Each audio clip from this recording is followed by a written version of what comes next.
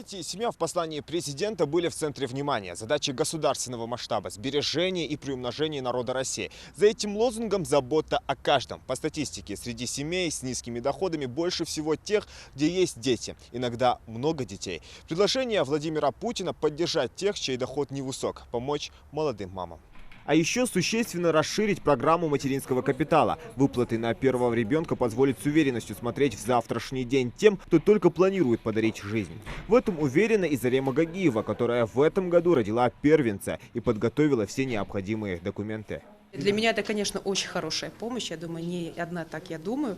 Документов достаточно много собирать, но оно того стоит. Конечно, наверное, как и все мамы нашей республики, я рада этому событию.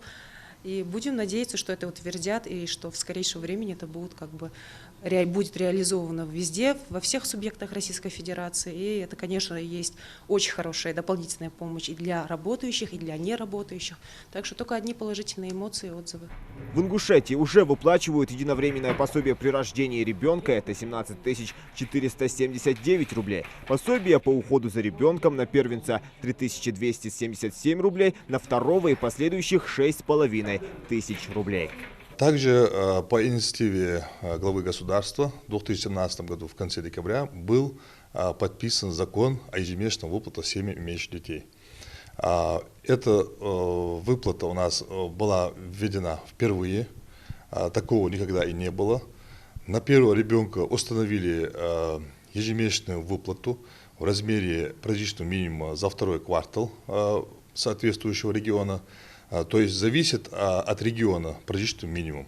Таким образом, выплаты в 2019 году составляли более 9500 рублей. С этого года его размер 10 246 рублей. Эта мера действует до тех пор, пока ребенку не исполнится 3 года. К слову, рождение первого ребенка часто откладывают, поэтому президент предложил новую схему выплаты материнского капитала, чтобы поддержать молодых родителей и помочь им решиться.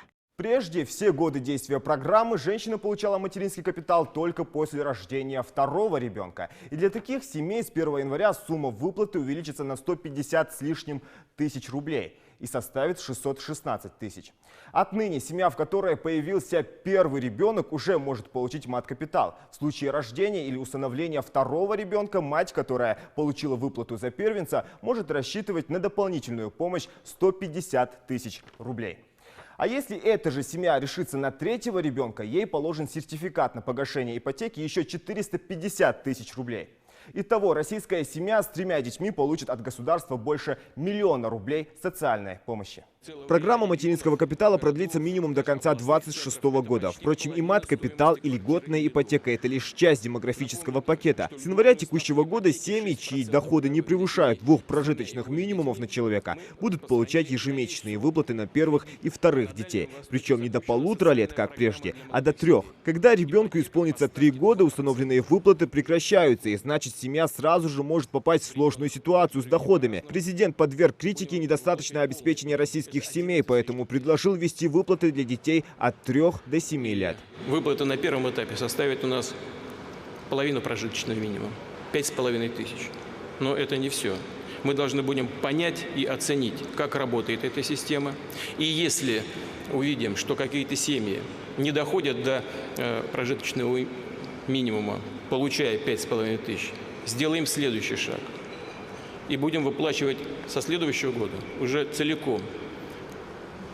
В регионах, в каждом регионе по-разному. Будем выплачивать полный ПМ. Это 11 с лишним тысяч.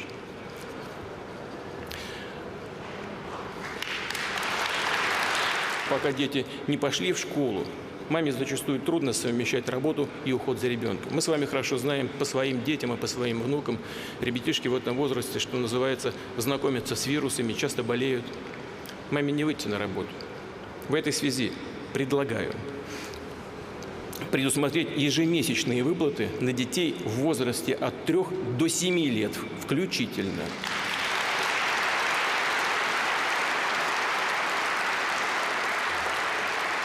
Причем уже с 1 января 2020 текущего года.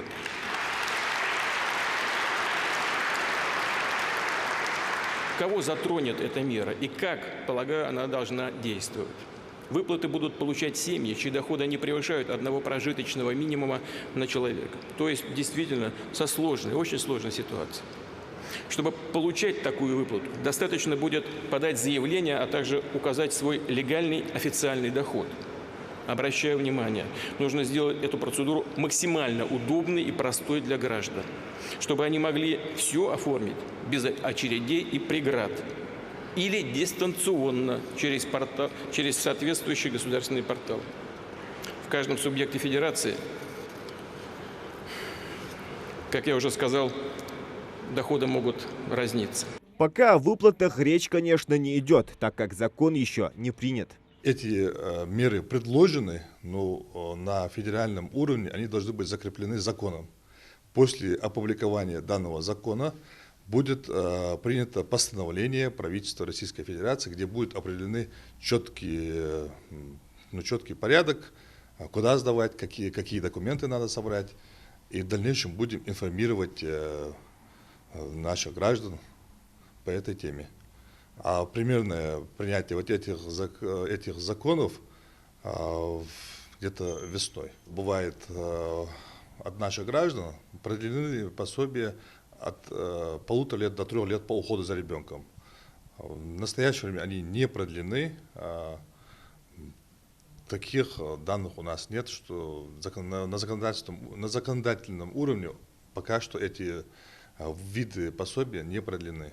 Доверие, надежда и уверенность в завтрашнем дне. Все эти разносторонние меры президент в послании объединил общей целью – сбережения народа России. Большинство мер поддержки начинают действовать задним числом, с 1 января этого года. А значит, детей, которые родились после боя курантов в новом десятилетии, можно назвать счастливчиками. Зелимхан Калоев, Адам Далаков, Новости 24.